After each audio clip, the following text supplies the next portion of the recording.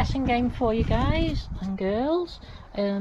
This is the collection of welding rod ends that I've used to weld the frame together.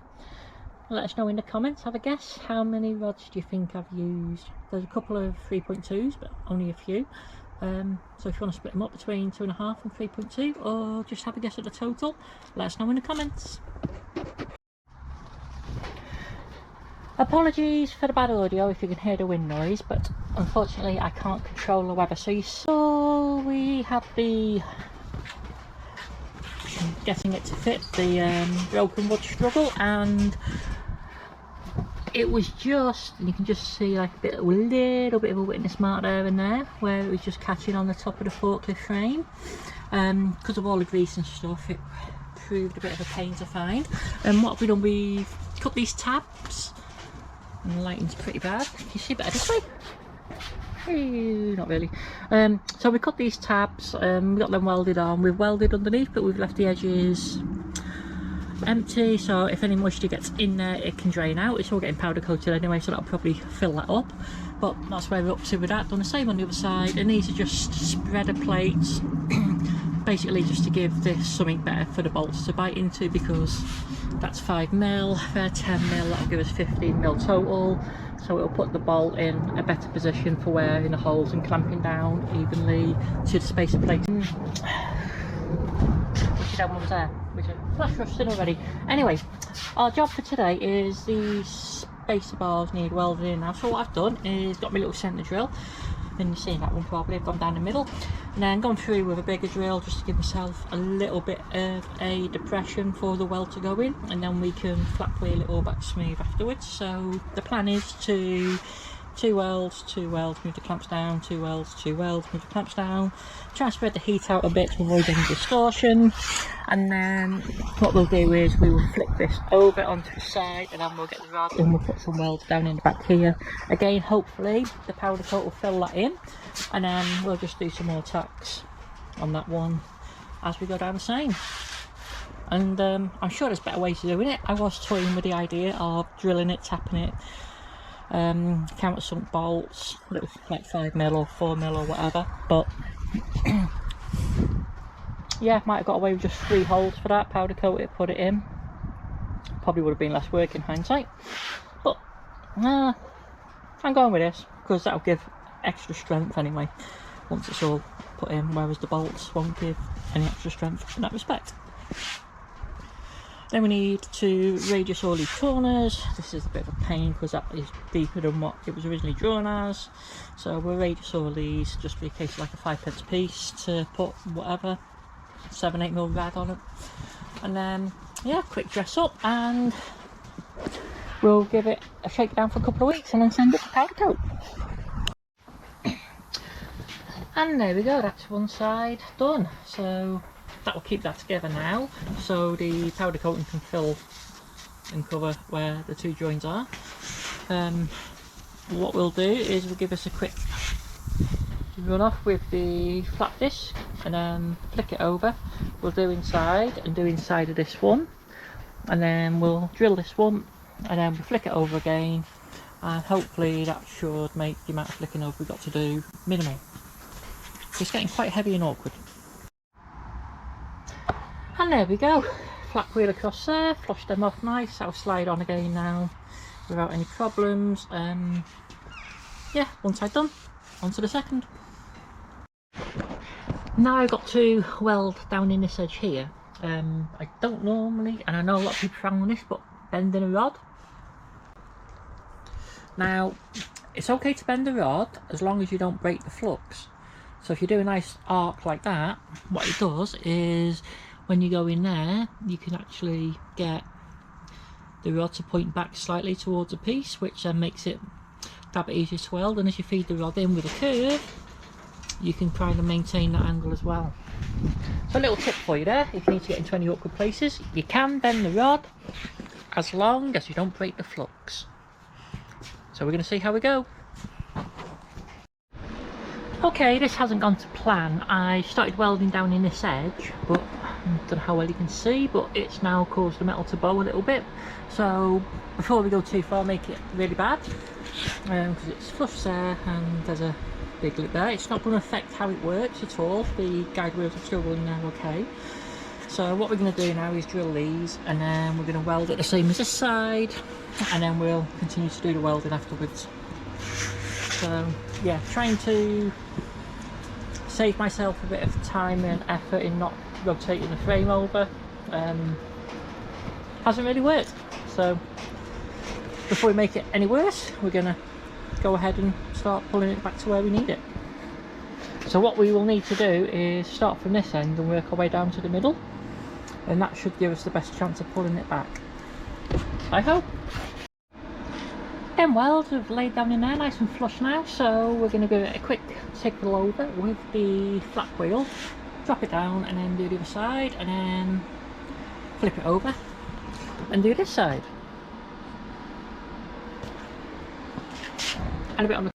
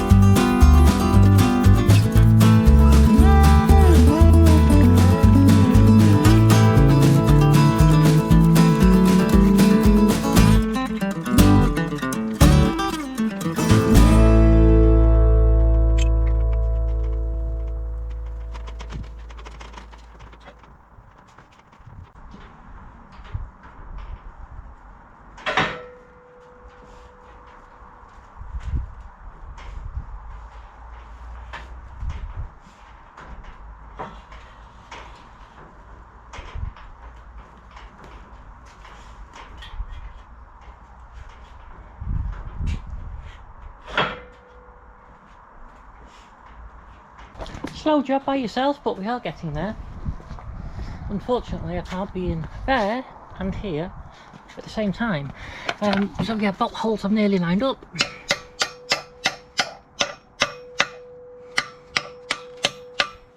So we can jack this up a little bit now. And get a bar and lift it, maybe quicker.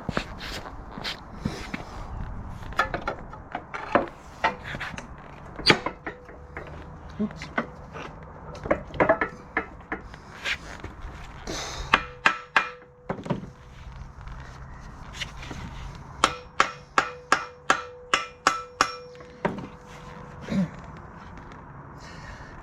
Okay, it does need to go up a little bit.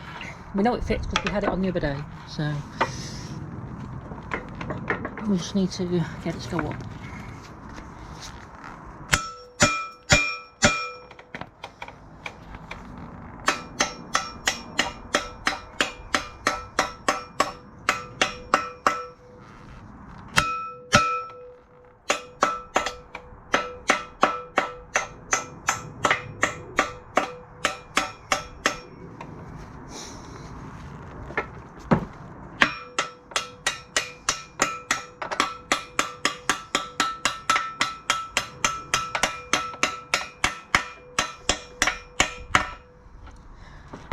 Just like that.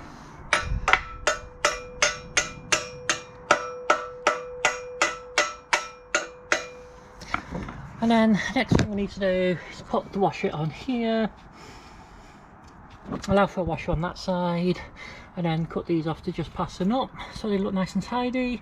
Then we'll put them in the lathe, put a bit of shampoo on them, and then we'll get the end replated. And then we'll be done. But that is going to be the last job, because at the moment we're going to give it a try and see what happens, and hopefully it'll work well. One of the big things we do need to do is to get the front linkers of the tractor in here and then see if the front fork clears in there. So when it tips up and down, I don't know whether the front fork's going to point out here. If it doesn't, we can put a plate on the back here quite happily. And this is the piece that is concerning me, whether we're going to have to do something with cutting this off. I know a lot of people do cut that off there and make this a lot now shorter, and then that gives us better access then into here, and then I can put a plate on the back here to give this a little bit more rigidity. The plate will have to go inside, so that'll take probably 1/4 of an inch off the actual depth then that can go in, so we need to double check that. That was something that I didn't really allow for at the beginning, because if I put the plate on the back I can't get it onto the carriage plate. So yeah, let us know what you'd have done different in the comments, and I'll show you now all the welding rods that I've used pretty much. So yeah, be interesting. Let us know in the comments how many welding rods you reckon have gone into just this frame, because there is quite a few. But we can now take the tractor out of the way, and then we can use the frame to lift on the 3-point linkage like we should do.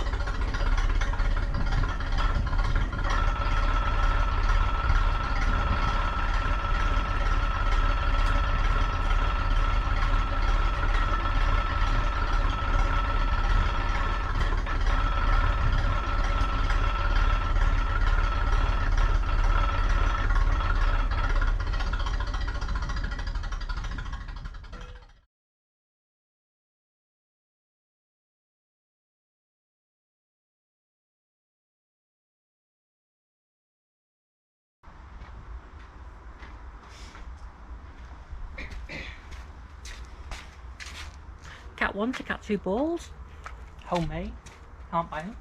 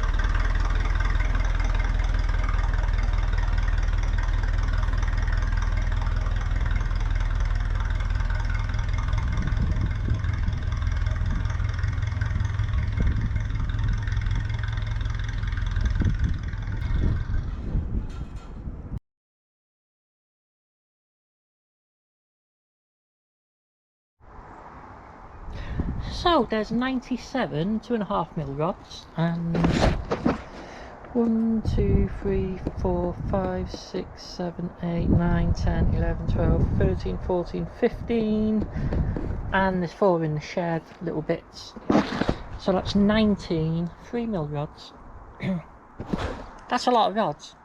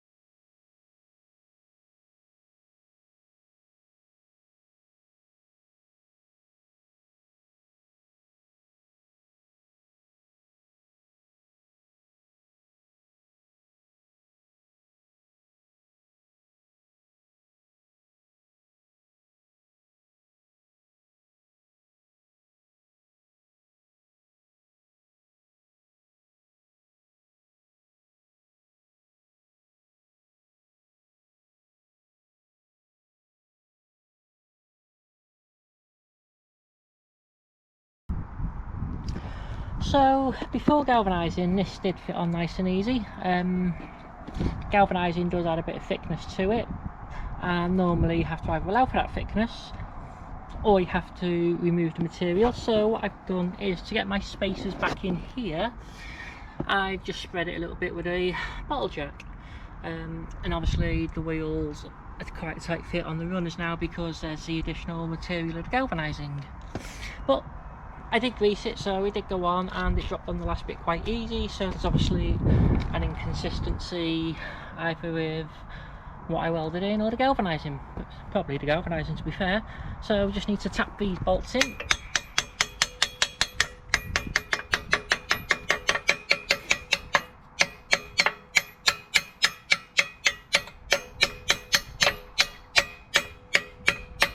I have drilled these out with the 16mm drill to get rid of any galvanising, and then we just need to see how far out this one is for height. So this has gone down a bit too far, so we need to lift that one up. So we will do that, and then we'll tap them in.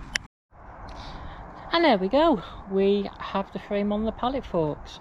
So I need to remount these holes, them 2, and then do these 8. I've got a room in a shed, just need to get to it, and then we can get them back out to the right size, or try and get the mag drill on there with the annular cutter and go through with that.